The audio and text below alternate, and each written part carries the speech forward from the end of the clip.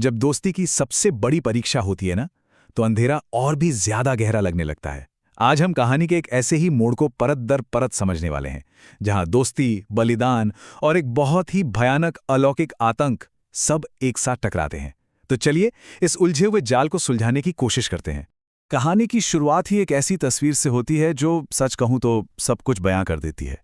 एक तरफ वो दिन थे जब सब साथ बैठकर सुकून से खाना खाते थे, और दूसरी तरफ आज का दिन है जहां हर कोई सिर्फ जिंदा रहने के लिए लड़ रहा है। ये एक ही स्लाइड हमें दिखाती है कि कैसे उनका हंसता खेलता हुआ कल आज की एक भयानक सच्चाई में बदल गया है। कहानी का जो पहला हिस्सा है वो हमें एक धोखे में रखता है, शांति का धोखा। ये बिल्कुल तूफान से पहले वाली खामोशी जैसा है। सब कुछ एकदम नॉर्मल लगता है, लेकिन यही नॉर्मल दिखना उस खतरे को और भी ज्यादा खतरनाक बना देता है जो बस दरवाजे पर ही खड़ा है।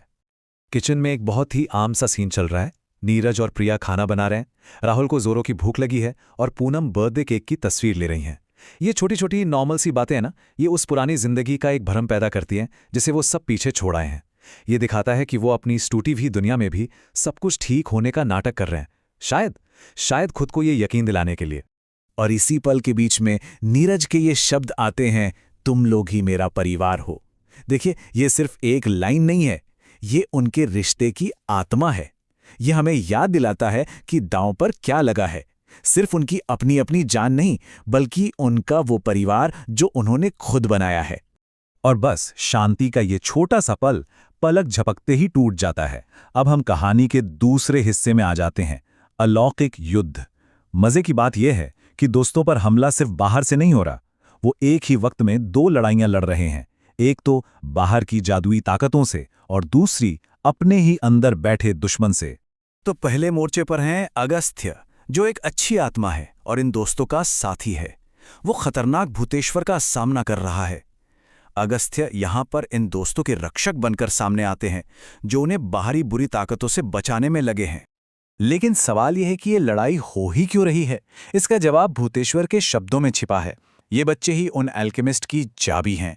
इससे एक बात तो साफ हो जाती है कि ये दोस्त कोई मामूली शिकार नहीं है, वो इस पूरी कहानी के सबसे जरूरी किरदार हैं। इस खतरनाक दुश्मन का सामना करने के लिए अगस्त्य अपनी पूरी ताकत लगा देते हैं। वो एक शक्तिशाली मंत्र का जाप करते हैं, कल्याणा सुध्या पापनाशक्य स्वाहा रक्षोहार्य वीर्य महातेजस्य स्वाहा। ये सिर्फ शब्द नहीं है, ये बुरी आत्मा के खिलाफ उनका सबसे बड़ा हथियार है। मंत्रों के साथ साथ अगस्त्य एक और खास चीज का इस्तेमाल करते हैं, भस्म राख। ये एक पवित्र राख है जिससे वो भूतेश्वर के चारों तरफ एक ऐसा घेरा बना देते हैं जिसे कोई तोड़ नहीं सकता, और उसे उसी में फंसा लेते हैं।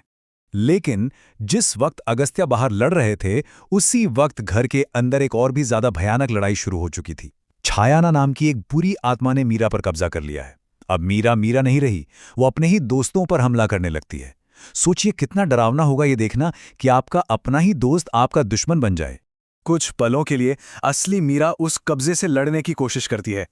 उसकी आवाज में घबराहट साफ सुनाई देती है जब वो पूछती है, दोस्तों मुझे ये क्या हो रहा है? ये एक ऐसा सवाल है जो उसके अंदर चल रहे दर्द को दिखाता है, जहां वो अपनी पहचान ही खो रही है। और फिर उसकी बेबसी इन शब्दों में बाहर आती है, मुझे बचा लो, मैं खुद को महसूस नहीं कर पा रही हूं। ये एक बहुत ही भयानक एहसास है, अपने ही शरीर में एक कैदी की तरह फंस जाना। ये उस कब्जे के खौफ को बहुत ही पर्सनल और डरावना बना देता है। अब हम आते हैं कहानी के सबसे बड़े ट्विस्ट पर, एल्केमिस्ट का जाल। यहीं हमें पता चलता है कि अब तक जो कुछ भी हो रहा था, चाहे वो भूतेश्वर का हमला हो या मीरा पर हुआ कब्जा, वो सब एक बहुत बड़ी साजिश का हिस्सा था। ये सब सिर्फ ध्यान भटकाने के लिए था, क्योंकि असली निशाना तो कोई और ही था। एल्केमिस्ट एक बहुत पुरानी और जरूरी बात जानता है, आत्मा को मारा नहीं जा सकता, मगर ये अधूरा सवाल हमें सीधे एल्केमिस्ट के भयानक प्लान की तरफ ले जाता है। और इसका जवाब है, उसे कैद किया जा सकता है। एल्केमिस्ट का असली मकसद दोस्त नहीं थे, बल्कि उनका रक्षक अगस्त्य था। उसका प्लान अगस्त्य की आत्मा को पकड़ना था, और इस एक खुलासे से पूरी कहानी ही पलट जाती है।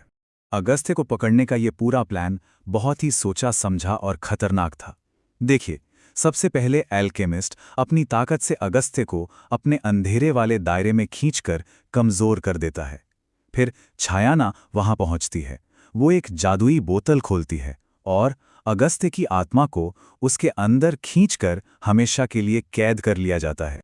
और इस एक पल में एल्केमिस्ट की ताकत इन शब्दों में सामने आती है, यह अंधकार मेरा है, यहां सब मेरे हिसाब से चलता है। ये दिखाता है कि हालात पर अब उसका पूरा कंट्रोल है। और अब हम कहानी के आखिरी और शायद सबसे अंधेरे हिस्से में हैं, एक अनिश्चित भविष्य। अपने इकलौते रक्षक के जाने के बाद ये दोस्त अब सच में बिल्कुल अकेले रह गए हैं। उम्मीद की जो आखिरी किरण थी वो भी जैसे बुझ गई है।